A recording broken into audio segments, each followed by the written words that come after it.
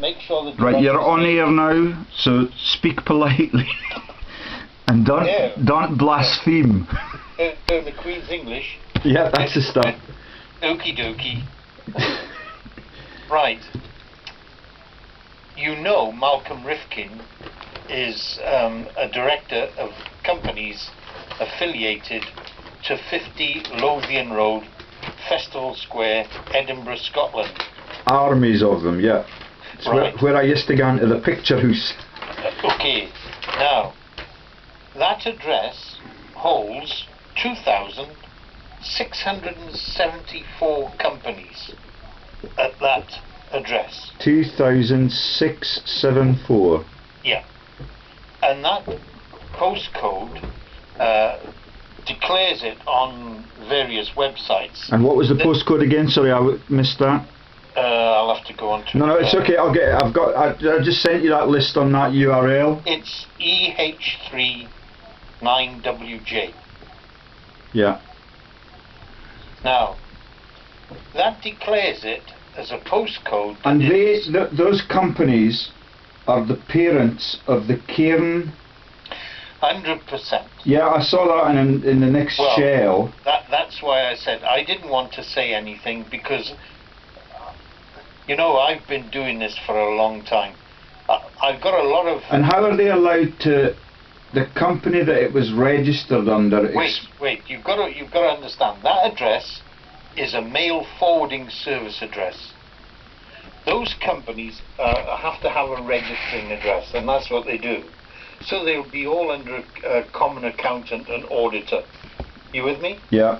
Will declare themselves as a secretary or a director of one of those companies. And this is why you have to understand, when I talk about the links to London and politicians, Malcolm Rifkin is the cousin of, come on. Now you've got me. Leon Britton. Oh, really? Yeah. So he's a Tory grandee, is that right? A Tory grandee who was accused of being a paedophile. Okay. Who left. But he's at the cabinet now. He's into the House of Lords somewhere. Yes. What does he call himself now? Well, I don't know. Paedophile, I expect. No, it'll be Lord something, which makes it ever so difficult to find out what he used to be. Well, I find it very easy to find out what they used to be. Right, you're distracting me now. I need you to understand the link. Yeah. Right.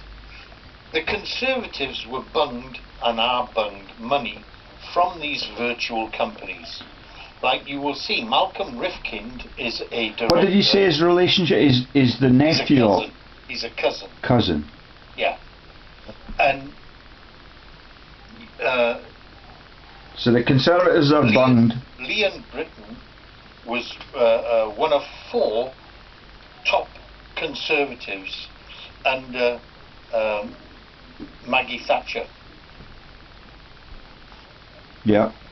And you gave me a five-point plan for Britain's economic greatness. I've got all that noted down. Yeah, you've got that noted down. So what you have is that Leon Britton was one of the people who was a staunch Maggie supporter, but then when the table started to turn on Maggie, when they decided to be a bit of a Braveheart job on her, what they did was Leon Britton, recommended she stand down from power. Yeah. Which she was forced out. Now, on the last day that she was in power, she signed that UOR, which we are talking about, with the 3 Conservative purchased nukes. She didn't know what she was signing. It was her last day. She was just trying to clear her desk. You with me? And Alan Clark was right at the heart of the planning of all that stuff, wasn't he? Yeah, Ken Clark and all these people. These people were the scum buckets that are part of this whole network. You're talking about the filth of capitalism and the Rothschilds and the Jewish sections of Finchley controlling the politicians, whether it be Labour or Conservative, because don't forget who Ed Miliband and David Miliband are. and where they come from. What's the significance of that? Well, Tell me. They're of Jewish heritage. Really? Oh yeah. Because their dad was a notorious socialist in the Wikipedia profile, but that's just a fake up. But they come from Lithuania. Right. Romania, whatever it is. They come from Eastern Europe. It's Ed, and what was his brother's name again? David. He bailed out the same week That's that right. Stephen Hester did when I put the guillotine on the web page. Yeah, because unfortunately a lot of people, when you talk about politics, they don't do the digging that we do. And they haven't the insight to use the search engines that I've shown you to use, which gives you... Well, it's worse than that. They're paid to tell the lies, and there's no objectivity to the research. No, they're actors. They're actors. That's it. Playing a part to grab money, vast amount of money. So they're mercenaries who are actually national traitors? Oh yeah, yeah. If you looked at Rifkind, you will see he's a director of Unilever. What do they do against that? Munitions? Well, it links into munitions, but another director was Liam Britton. Yeah. So you have them banged to rights as being complicit together. Well, that's what I was so shocked with, that Rifkind was the foreign secretary when Chilcot was the inquest chair. So they've got it all lined up. Yeah. And that was what made me jump off the handle and accuse the Chilcot character of being in the weapons industry, but there's no evidence for that. Well, yeah, what you've got to dismantle, the way I dismantle, is to show association, direct association, where if you look at fact, when you look at fact, it has to be corroborated with a technical document, doesn't it? Yeah. And so what I do is that when you say a company, the companies have to have directors with common association in the same company. That means they're mates. And what they've done is they move in and out of companies and they spread their web. Do you with me? And that's why they call it the Rothschild's octopus. Uh-huh. Do you get my drift? Yep. All right, the thing that bemused me a bit, like the Abrexas story was compelling, and we got to all those Ponzi shells that they were selling in, where was it, Singapore or somewhere? Yeah.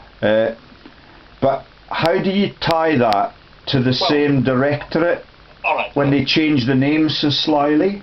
Well, they're very clever in changing their name, and that is because they can list as a director under a separate ID number. Okay. And so most people, when they declare their directorships, will say, well, I'm a director of this, and that's my ID number for my directorship. And have you noticed, since you became an objective researcher like this, have you noticed changes on the declarations that they make on their conflict of interest in Parliament or the Lords? Of course, because it's the same as Bill Gamble when he resigned. He knows, because he knows that I know what he's up to. And one day, he will have to face the law. He will go to jail. I will make it my mission in life that people like this, who have stolen billions from the assets of this country, will face justice. That's what I've been trying to do for 13 years. And I'm a very determined character. What led me to Lothian Road was a website address for WJB in brackets 408 Limited. Yes, yeah. So how have they got the right in law and in the directory registration process of removing something from that, like that, from the public record? It's a has-been company.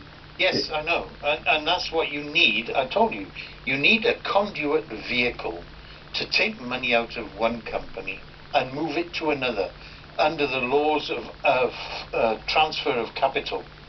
And so, you know, a director of a company that, like you just said, will have a hidden directorship. And what they do is they move money out of a parental company, just say Cairn Energy. Cairn Energy Limited will be interlocked to hundreds of Cairn subsidiaries. And what they do is they then able to transfer money from one company, the parental company, to the subsidiaries. In that way they're doing a tax avoidance scam, because you speak to any auditor and accountant, he will confirm, if he's an honest one, he will confirm what I've been trying to teach you for the last few months. Yeah. And what they're doing is that they have a legal access under the banking rules to move money from a subsidiary or from a parental company to a subsidiary. The subsidiary then may have a joint venture partner. Do you get me? Yeah. And that partner they will lend money to for a project, but it will have no securities in that loan. And in that way, what they're doing is robbing the parental company. They're stealing the money. Yeah. And well, the thing that phases me and is it's the biggest confound for a simpleton like me, is that nowhere do you have the right to see how much they take from the company. No. Well, in, you do. in you do cash right. terms. Look, but you have to pay for that. You have to pay for the documents. Yes, you have to, because that's their ability to slam a door on the sneaky person who wants to check. But if you look in the conflicts of interest page for each of the politicians, they're obliged to declare how much they earn in any one calendar year. Yeah, yes, all right. So if you have but they lie through their teeth about these. Well, what they're doing is they're protecting other people who are also directors of the same company who are also stealing vast amount of money. Right. Look, if you look at Liam Britton, if you use his... and is he dead now, or is he still... No, I think he's still limping alive. along the pavement? I'm trying to lead you to understand how Michael got hold of that UBS certificate. Remember that UBS? Uh-huh. Right. But that it was for 80 million, which is chicken feed in today's terms, because they've got that rampant inflation going. Yes, but it's what it represents, because that certificate was to John Breedenkamp, who links in to all the scum in the Democratic Republic of the Congo. All these fake oil and gas and uranium mines, copper mines, diamond mines, and the SAS guys who then link into Simon Mann and the Oxford and Cambridge snot-nosed people who work for these politicians to steal and launder diamonds, blood diamonds, launder arms, covert arms dealing. These people were the supporters of that great Zimbabwean leader. Come on. Mugabe? And one before him? The white guy? Oh yeah, well, the man that met on the battleship. Smith. Yes, yeah, Ian Smith. Now, he met on board HMS Tiger, destroyer. I went on that ship in... Really? I went on that destroyer in 1973 when it docked into Limassol in Cyprus. I went on it. Anyway, so Liam Britton has got 3 IDs. Under the second ID, you will see what I'm talking about. Under the second ID, where he is the Right Honourable the Lord Liam Britton, under that ID, he was a director of one company until 2010. Just think when that UBS certificate was signed. Well, I can't remember. Yeah, no, it didn't matter. Right, so, what was he a director of under that one ID number? UBS Limited. Oh, we... Really? Yes, I do a director of UBS in Switzerland? UBS Limited. So it's a European conglomerate, or is it Swiss HQ? It's UBS AG, isn't it? Which is the parental company. Yeah. So Liam Britton was a director from 2002 to 2010. So he knows Liam Britton knows, he knows of me, because I've passed my documents to the senior politicians of Labour, Conservative and the Lib Dems. They know that I'm telling the truth. But they're in the same team. You must realise that after all these years. Yes, of course they are. Anyway, under the third ID, he's a director of Unilever with our friend Malcolm Rifkin. Yeah. So you have two cousins in the same companies who then form a partnership with the other scumbuckets that stealing the companies blind. This is what it's about, stealing money. So, one of the directors I noticed was Paul Stephen Walsh in Unilever. Yeah. He's a name that I know of. And Baroness Linda Chalker. Is that the one that had the affair with John Major? Oh no, Baroness Chalker leads into Sierra Rutile Limited and Titanium Resources Group with Baroness Valerie Amos. Oh, That's yeah. how I know. That's how I know them all. She's all over those Olympic commissioning bodies and the sporting profiteers. Baroness Valerie Amos, I shoved documents of Andrea Davison in her hand. So trust me, she knows I've got her, Valerie Amos. And are they aware of that murder case that you told me about yesterday? Oh, Are they harbouring that massive crime against local citizens? I've no doubt they are, but I'm not going to go into that. I have to follow companies that will open doors, because these people are going to run. Now, I said Paul Stephen Walsh, didn't I? Yeah. Of Unilever. Well, he's a director of Centrica. Which is John Major's director. Yeah. Which is BP. Centrica's BP. Yeah, it's a subsidiary of BP. British Gas. Yeah. It's a subsidiary. These people are taking the piss. Excuse my French. Well, should I be posh and say extracting the urine? There you are. Yeah, they do that all the time, and it's really makes you quite angry when you see that the public don't understand it. No, they don't understand it, and this is why they know. You know, if you want to confuse people, you become. These people are expert at acting. They have this ability to go through and to be schooled and groomed to become actors, and that's what they are. To stand up before the public, spout a lot of excretia, and not say anything.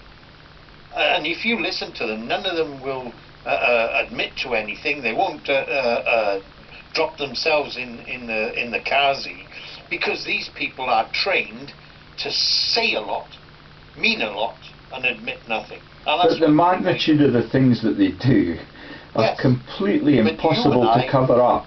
Yes, but like when I was browsing through for a contact address for J.K. Rowling this morning, on that, on that cramming thing that I'm trying to expose with the Scottish Freemasons, you find the links to the Blair Foundation. Yes.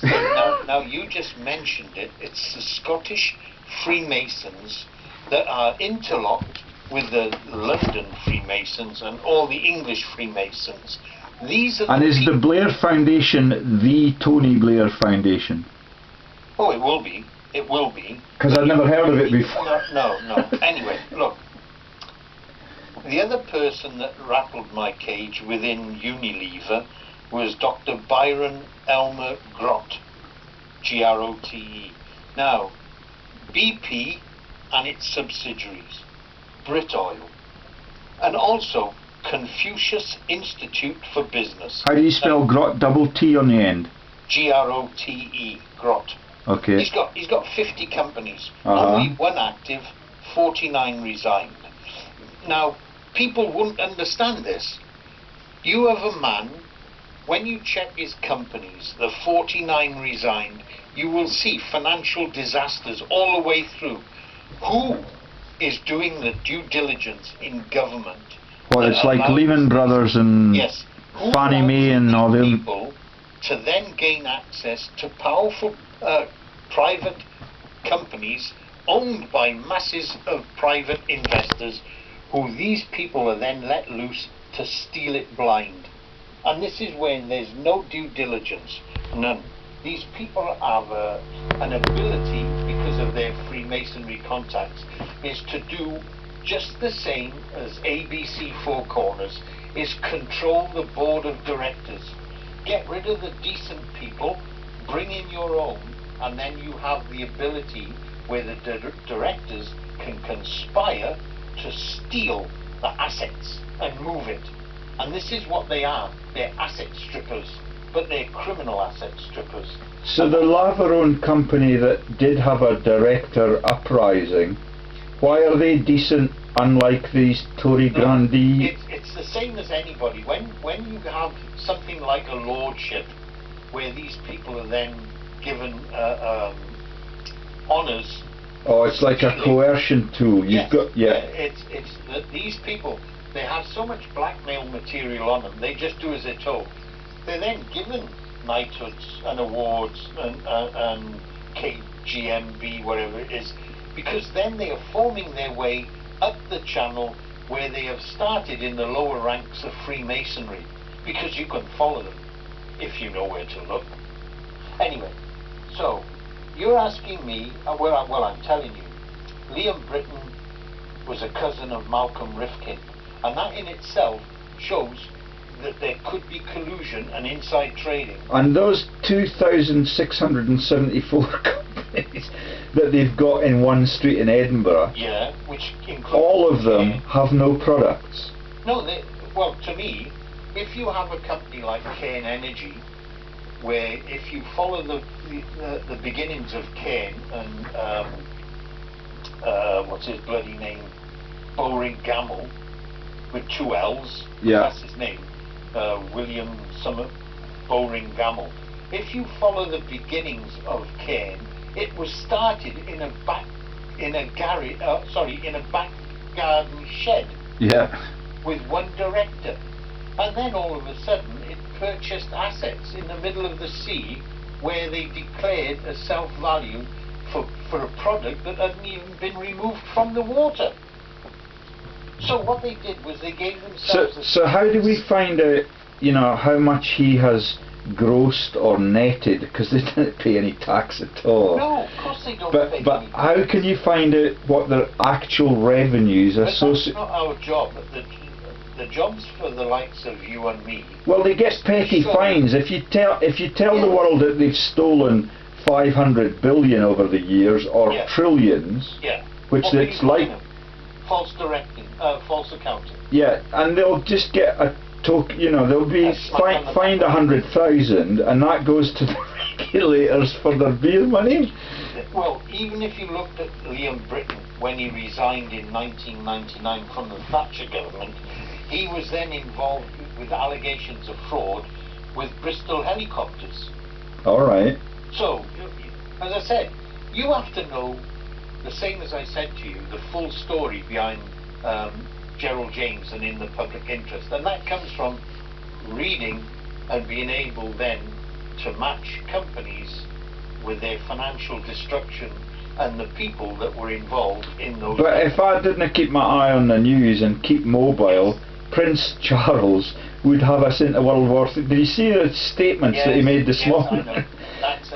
So that was me responding to his hypocrisy as head of state. I know that.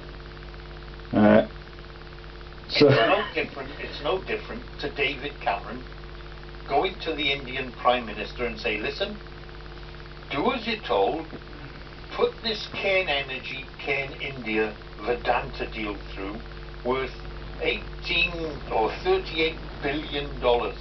Push it through your parliament. And then fall on your sword on our behalf. And then watch the share price drop through its backside because there's not a product. Yeah. With me?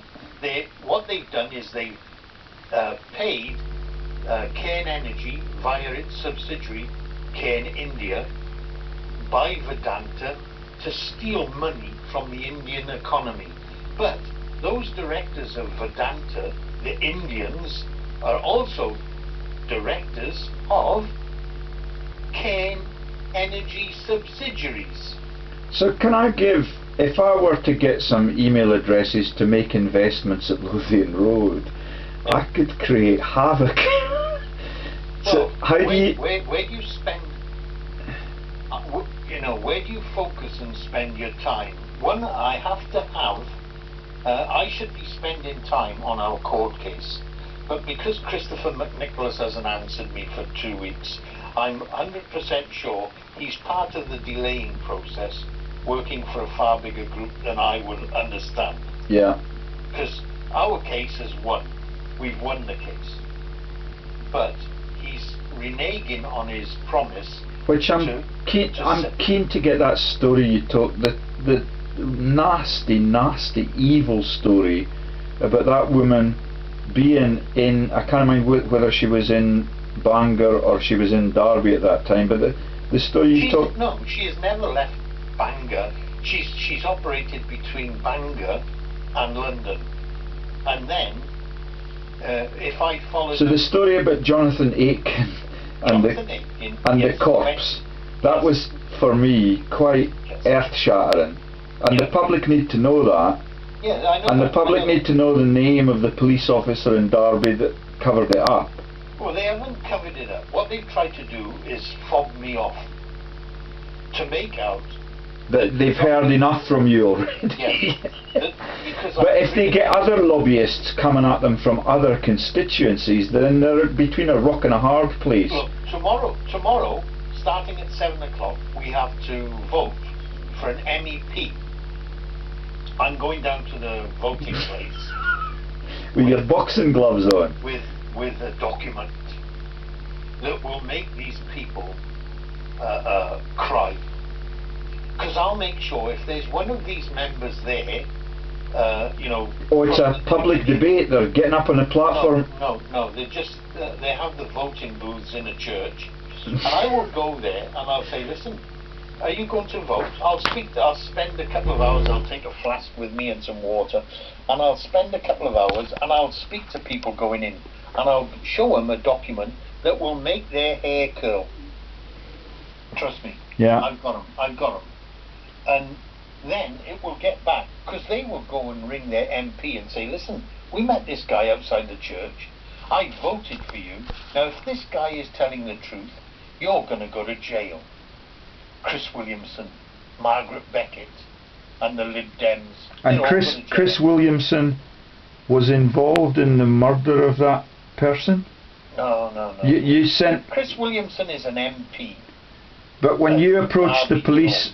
When you approached the police in Bangor, did you not make him aware of that crime? I didn't approach the people in police in Bangor. I sent copies of documents to the Carnarvon police. North Wales police, not Bangor. Now, my contact in Bangor was Miss Alison Arridge. Her husband, her late husband, was Mike Arridge, who died from complications with diabetes. Yeah, you said that. His amputation. Now, they live next door to that bitch, Andrea Davison, and her late mother. And Alison Arridge gave me the full rundown of over 10 years of living next door to that evil, conniving, fraudster. And tell me again, so that was Carnarvon or that was Bangor? She was living in Bangor. Bangor. Yeah. And Carnarvon is the greater district around that town? It's the greater... it begins to make sense. Thank you. Yeah, well... So... And is that what's his name that the mums used to know... What was his name, the Prime Minister of Britain for North Wales? That was handy in the bedroom? I don't know. Oh yes you do, Lloyd George. Oh, Is that where he came from? He knew my father. Yeah. The new Lloyd George. Was he Carnarvon? Do you want me to sing it? Please no. Remember you're on video here. Yeah, okay. Okie dokie. Now, what you need to go back to now is why I... Oh no, now I remember what Carnarvon, that's the triumvirate of drug runners that Prince Philip ran. Well... Lord Porchester and Lord Carnarvon. Yes, alright. Anyway, let's move on. Because I've only got 15 minutes. And when my missus comes through the gate, you will get cut off. Yeah, it's like the brave... Yeah, carry on. Now, Malcolm Leslie Rifkin. That's your mate, eh? Yeah. Right. Leon Britton was linked to paedophilia, and so was Samuel Britton. And they all have Jewish ancestry. And Samuel is a brother? Britton. Yeah, he was a brother of Leon Britton. Yeah. And both were cousins of Rifkin. Now... And are they in Scottish constituencies too? I'll look that up, yeah. Alright. Malcolm Rifkin worked as an assistant lecturer at the University College of Rhodesia in Salisbury, which is now Harare. Yeah. So, then you will find out the link to supplying and funding our great Sir Robert Mugabe, who was knighted by our Queen, if you remember. Aye. So, and on my timeline I've got all the pictures of a very youthful Prince Charles shaking hands with the regime down there. Yeah. Now, Margaret Thatcher's top 4 ministers were Rifkin, Kenneth Clarke, who has also been said to have been a paedophile, Patrick Mayhew, and Baroness Linda Ann Chalker. Now, Linda Ann Chalker I have accused in documents as being a paid non-executive director with the friend of mine who threatened me via his lawyers. Cahill. No, Sir Samuel Essen Jonah. Oh. In a company called Equator Exploration Limited. And that's why I know all these people. So they're directors in Equator. What did you say it was? They were. These are... Equator what? Exploration Limited. It's a defunct, dissolved company. But it's also a fraud in the oil and gas. It was just a money laundering company with Sir Samuel Essen Jonah, who was also involved in the... So just for comparative purposes, could you explain to me, BP is a legitimate oil producer at certain parts of the globe. Yes. The same goes for Royal Dutch Shell. Yes. For the other 2 big ones, I forget what they are now. From what I understand, but they are the only legitimate producers across the globe. No, of course they're not. What you have to then say is, if you wanted to steal production from the oil wells in Iraq, you have to control it. Who now controls the production in Iraq? We do. The envoy to the Middle East, Mr. Blair, with his foundation. British companies, BP and Shell, control the recovery of oil in Iraq. Yeah. Britain and Royal Dutch Shell. They're the people, and American conglomerates. Now, those are the people. So if they want to steal it, they have to control it. So it's Exxon, Mobil and one other. All of them. I'm not bothered about that. What you have to understand is the method to steal it. Yeah. And when they steal it, they have to transport it. So they can transport it, production where the average Arab or the Iraqi wouldn't know where these trucks are going. He just sees them coming out the gate. And how do they do it? Are there pipelines like they talk about from Russia? They can go to a terminal and then declare them as being export stock. But they could get loaded onto tankers and then transferred and then come in as production from the North Sea, if you get my drift. Yeah. And this is what I believe that they're doing. So anyway, my then link to this lot with Rifkin was through Equatorial Exploration Limited with Sir Samuel S. and Jonah, who is one of the big thieves that belongs to this syndicate. And how did he attack you? He wrote to you saying he was going to take you to... No, he didn't write to me. I attacked him through his other company, Range Resources Limited, which is a scam. Range Resources? Yeah, Range Resources Limited. Yeah. Which is operated by a bunch of thieves who all operated out of the same address as that disclosed in ABC Four Corners Bad Company. 34 Parliament Place, which was a boiler room of a load of fictitious virtual companies who did dealings with each other, with the same directors. Mm-hmm. So now you're looking at 50 Lothian Road, which is the same thing. Do you understand where I'm coming from? You have to have a central hub where you can have, say, 2,600 odd companies, where those companies have common directors. How did they keep the reputation intact for tier after tier of the scams over decades? People never look, do they? So it's just a new generation of stupid investors. Yes. That just put the money in and then lose it. Who haven't got a clue where their money's going. Because they appoint financial advice. Alright.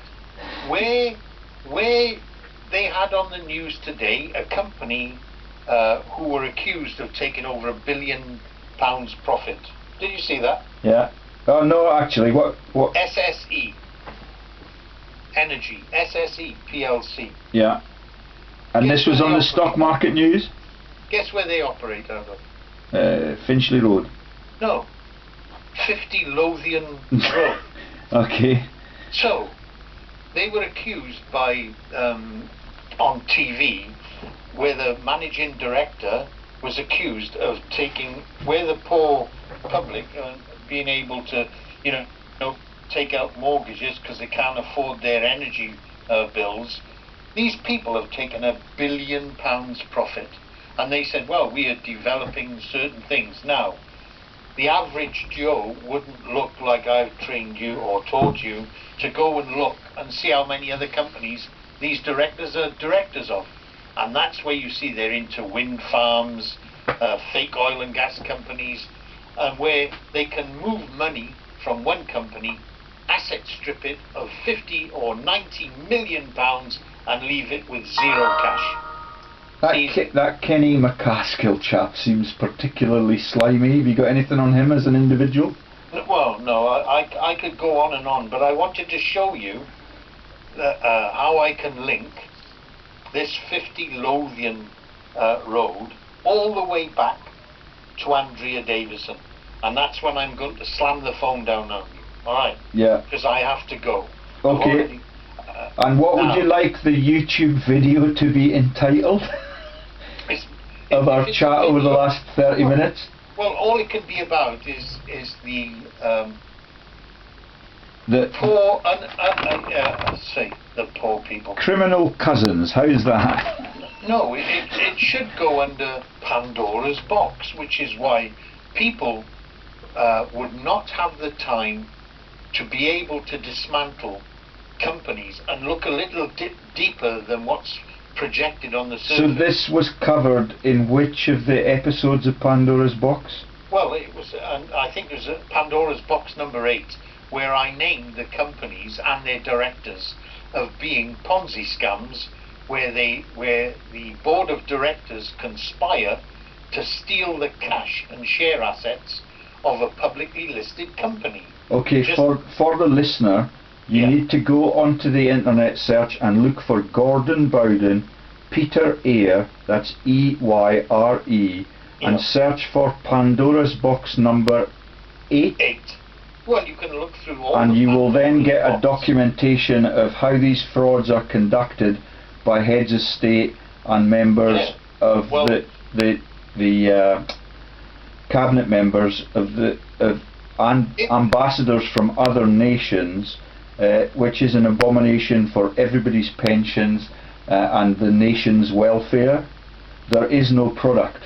So look that up on Pandora's Box number 8 by Peter Eyre and Gordon Bowden. Gordon doesn't get remunerated for this, and he's doing it as a favour for a once great nation. Well, how's that? Is that you can go and walk the dog now? Well, as an ex-serviceman who served 12 years, my stomach churns when I found out what I found out. For everybody that's sent to do their duty for this country, to protect the innocent and the vulnerable, not only for this country but other countries, and find out that politicians who send us to those far-flung places to do their dirty deeds and are then financially remunerated by them being directors or non-executive directors of companies that then use oil, gas and mining claims, that is prostituting yourself for financial gain and being a public servant. And just to reaffirm that the public at large have no way of knowing what the income for each of those individuals is from these criminal activities, and there is no obligation to declare it. They declare themselves having a salary. If you look, as most people have no idea of looking, at the alternative investment market admission to trade documents for these virtual oil, gas and mining companies, within those documents, which can be up to 500 pages long, will be a page which is dedicated to their remunerations as a non-executive director. Now, and when the auditor comes to take the annual accounts, is there an obligation at that stage to reveal the earning power? Of course, but you will find that a lot of these companies are registered in offshore locations, which is inaccessible to accountants working for the British Tax Office, which makes them inaccessible to confirm how much was going into those accounts, because they're held in the British Virgin Islands, Channel Islands, Panama, Northern Cyprus, Barbados, which the average tax recovery would not have access to those. And these people are allowed to register these companies in these tax havens where there is no accountability, and they're laughing at us. Where people can't even afford the bus fare to travel on a city bus fare to towns, these people are stealing hundreds of billions of pounds, and these people are laughing at the public because they have no concept, none at all. If you've just got 2 minutes, what I'd like to just reiterate to you is that when you look at Malcolm Rifkin or people like Michael Howard, you know Michael Howard? Yeah. Ex-leader of the Conservative Party. One of my greatest exposés was to uncover 3 companies that he was a non-executive director of, registered on the Toronto Stock Exchange. Tell me more. They are fake mining companies where he is paid as a non-executive director for virtual companies. Can you name the companies? Well, I'll have to go into my records. All right, okay. But I can give you each one of his companies, and that's why I told you I have all the documents which are now no longer accessible. And just to make it clear for the new listeners, how long is it since the Toronto Stock Exchange obfuscated the records which were accessible to the public? How far back in time? Less than a year. And that's why I said to you, I have got over 30 records of 30,000 virtual companies and their directors. And that is the reason why the Metropolitan Mayor in Toronto is now an addict like the boss at the Co-op Bank. Well, if he wasn't an addict after he understood that these companies are nothing more than virtual companies. You know, Canada is a British extension. Archipelago, yeah. Well, that's it. So you have the Royal Canadian Mounted Police, don't you? The Royal Bank of Canada are the sponsors at the Hoix events. That's why I tried to explain to you that people like And I'm going to get them some cheap publicity on YouTube. Frank Giustra, who donated $31 million to Bill Clinton's resurfacing or his attempt to get back into politics as a president. Frank Giustra was a director and an employee of, I'm just trying to think of that company, it's a banking institute. So, if you're a director...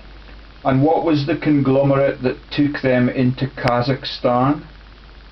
You mentioned a company the other day where there were Anglo-American Canadian interests, and it was it Kazakhstan UK Limited or something? The biggest lead into that was Tony Blair's advisory position for UI Energy, which was run by a load of South Korean criminals. UI Energy and the South Korean delegation of directors had access to Kazakhstan or northern Iraq oil claim areas, and it's been well written and published that Tony Blair didn't want his advisory position published because it was shortly after the war, which makes the recommendation that going to war with Iraq was well worth it for certain politicians. The other advisor was... and that was when Gordon Brown was given the big job. Yeah. So then you look at the other advisors. The other advisors were Bob Hawke, the Australian Prime Minister, ex-Prime Minister, and the other advisors... Who's in business with Vince Cable, I forget the name of the company. Yes, that's right. Vince Cable at the DTI. Yes, and so the other advisors were George Bush's military staff and senior Republican, what they call them over there, senators. Yeah. And so what? You can't tell me that the war in Iraq was just about getting rid of Saddam Hussein, because if they wanted to get the information which would have hung a lot of Western politicians, they would have kept him alive, but they decided to rather shut him up, I suppose. So all of those are collateral profits for what they did to the central bank in that country, and they now control the issuance of money for all of the citizens there, and they run it as a private initiative, and they give the citizens a loan. That's the motive for war all across the globe. And I would say so. On that note, I think I'd better let you away and walk the dog. Well, I'm waiting for the missus to come through and give me a dire warning. But for anybody if you post this, if they were to look at Tony Blair's appointment, he was appointed to work for JP Morgan under a front company that operated out of 22 Arlington Street, which is attached to the Ritz. And out of that same address is the one that I exposed, was the company called Arlington Associates Limited, which included 2 SAS commanders, Aldwyn James Glendining Wright and Mark Blagborough, who both strangely spell their names wrong. And they were mercenaries in Africa at one time. They were senior SAS commanders of 22 Squadron Special Air Service, who were also involved as directors of Kroll Security. Which takes me to the petition that I tried to raise on behalf of Richard Chang's family yesterday when I was walking the streets of the Borders. Yeah, and those two... That's the murder of an innocent whistleblower in Stephen Hester's Abbey National Bank in Euston Road. Yeah. And the pathologist and the coroner have both been thrown for fraud from their profession. The coroner was Freddie Patel. That's correct. And he was the fraudulent coroner on the UN protest inquest, where a UK policeman beat an innocent bystander who was drunk and just trying to get past the security cordons on British TV. that was deemed to be an accidental death. The policeman got a finger wagging, it went no further than that. Right, so out of that 22 Arlington Street, attached to the Ritz, was J.P. Morgan's subsidiary. And that's where Tony Blair was drinking out of the same water cooler as Mark Blackburn and Aldwyn James Glendyning Wright, and an American ambassador, who was Ambassador Francis D. Cook, who was also a director, until I named her in public, of Alient Tech Systems, which is a massive American arms production company which was selling landmines. Now, because the Ritz was owned by Al Fayed and his relatives, check if you don't believe me, you will see that Diana, if she knew she was promoting wearing the Hallow Trust tabard clearing mines in Angola, only to find out that the very people who were laying those mines were working out of the same office. So, if she found out, I'm not bringing in a conspiracy here, I'm just stating fact. How can you have a company with an American ambassador which is linked to selling masses of arms, including tactical weapons with depleted uranium and landmines all over the world, then with the same company, the Hallow Trust, going clear in them? When we're on this theme and we're making our launch on YouTube, could you just remind the people about Lonhro's registration at that same address, and how the Prince Charles's financial advisor is the chairman of the same company that has been deemed to be the evil face of capitalism for 60 years, since Feuerhoff left Nazi Germany and started the Lonhro company in South Africa? Tiny Rowlands and Lonhro. Lonhro is the name of a horse, by the way, if you want to go back into history. These people of Lonhro are the people that conspired to retain the assets of Africa, regardless of which African leader was in power. These were the people that represented the Oppenheimers, the J.P. Morgans, the Rothschilds, who then had to have their fingers on all these assets, including uranium, gold, copper, titanium, blood diamonds, because that's what they are, and then be able to recover them for a specific syndicate of very wealthy people, and to maintain that control. And Lonhro was the spider web of companies that had access to the hotels, the mining areas, and then to bung a few £100,000 to corrupt politicians was nothing to keep that control. But over a period of time, people like Tiny Rowlands lost control because he was dealing with Al Fayed, and Al Fayed was Dodi Fayed's father, but they were all linked then to George Bush and the CIA with Bin Laden. And the current boss now is Christopher M. Chambers, is that correct? Yeah, yeah. And his holdings are in Switzerland. Well, they all are. He's the advisor to Prince Charles on all things economic and business. That's correct. That's correct. So if you have a look at the directorship abandonment of Lonhro, you will see I have hit these people by exposing them, by writing to them personally, and I have the correspondence that can be used in any court to show that I'm telling the truth. And you've led me to believe that Lonmin, who shoot black men in the pay round openly on the in front of the TV cameras. Lonmin was the name was changed. It's a Lonhro company that changed its name to Lonmin, because that's what I say is my expertise is in the dismantlement of corporate documents. With my mining experience as a mining engineer and as a Royal Air Force engineer. And Lord Patton, the august head of the BBC and Oxford University, was for many years on the board of that illicit company? Of course. Yeah. If you look back at the whole directorship list, recover it. If you recover the whole history of the directors, which is quite easy, as I've shown you, is to recover the history of that company, find out what directors have been on that company, and see what other companies they are directors of. Then you see that there is a total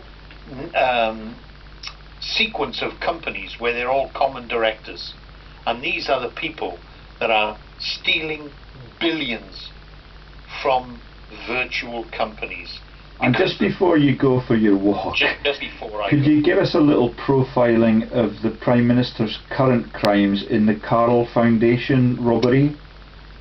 I came across David Cameron's involvement by accident because it was a company called the Carroll Foundation Trust, and it involved a quite an elaborate declaration from a multi-billionaire Gerald Carroll, who was very close to the Thatcher government. He was a very big VIP who had access to some top politicians, and he found over a period of time that he was being made declared bankrupt, and where his assets had gone, he then spent quite a long time, just like I am doing, is to make a library of documents which showed how fake share certificates were used by elaborate companies to I think it's called the Angel Group in London, to asset strip his company by the issuing of fake share certificates which have been linked to Ian Donald Cameron, who is the late father of David Cameron, where fake share certificates were used to asset strip Gerald Carroll's empire and move those assets to virtual shell companies in Panama, Geneva, and the British Virgin Islands, which were under the control of Ian Donald Cameron, Lord Norman Lamont, and old directors of Panmure Gordon. And that's all out of my head. But it's all fact. You can check it. And that is now the subject of a UK press lockdown, and we dare not give UK police, because they have very inefficient units in charge of local fraud. It's in the hands of the FBI. Is that correct? It is on the internet. It is recoverable by any reader of internet access search engines. If they just put in the Gerald Carroll Foundation Trust or the Carroll Foundation Trust, and then in the search box put David Cameron, Lord Norman Lamont, they will find the very articles which are updated monthly, which are updated to the month of May 2014, which explain in great forensic detail their involvement, the lawyers Pinsent Masons and their involvement, Panmure Gordon, Lord Norman Lamont, David Cameron, his late father. This is the man who wants to lead this country. And that is the Lord Norman Lamont of N.M. Rothschild's fame. That's N.M. Rothschild's Norman Lamont. Who's very much in league with General Sir Charles Guthrie of N.M. Rothschild, who is the leader of NATO's armies for almost a decade, and appointed to the House of Lords by one Tony Blair, a left-wing politician in inverted commas. The very same. The one that drinks out of the same water cooler as the SAS commanders that protect him out of 22 Arlington Street, which was the home of Lonhro, Lenny Gas and Oil, Vatakula Gold Mines, and a multitude of fake oil and gas companies on the alternative investment market, which is the penny stock, which is unregulated. It is classed as the washing machine casino for money laundering, for VIPs and the mafia. And there you can take that, publish it, and anybody that wants to check the accuracy, the forensic accuracy of anything that I've said is quite welcome. They can take me to court, because trust me, there's a lot of people out there, a lot of people in very high places that I know have resigned. And a friend of yours, maybe, he's a conservative lord. A friend of mine who's a well, I doubt if he's a friend. Ian Colin or Ewing. No, I don't know that. Is he an SNP man or? Well, he's a very top Conservative, Lord Ian Colin Orr Ewing. He resigned after I emailed some of the same letters to Vatakula Gold Mine. He resigned after that, and so did his cohort. His name's Paxton. And do you find, Gordon, that when they drop out for shame, that they just change their name and their trading address and start it all over again, or are they genuinely fearful of they're fearful. Why don't you ask your listeners, maybe, if they pick this up, is to contact Mr. William Bill Bowring Gamble and stand in front of me in a dock, and we'll talk about a few things that would hang him. There you go. I'll have to leave you now. It's ever so kind of you, Britain's bravest patriot. Cheers for now. I'm going to get my veterans badge. And this is likely to crash the Google server for YouTube, but well, let's have a go. Cheers for now. Let's try and protect the British investors who invest in the penny stock. Good lad. Cheers for now. Cheers for now.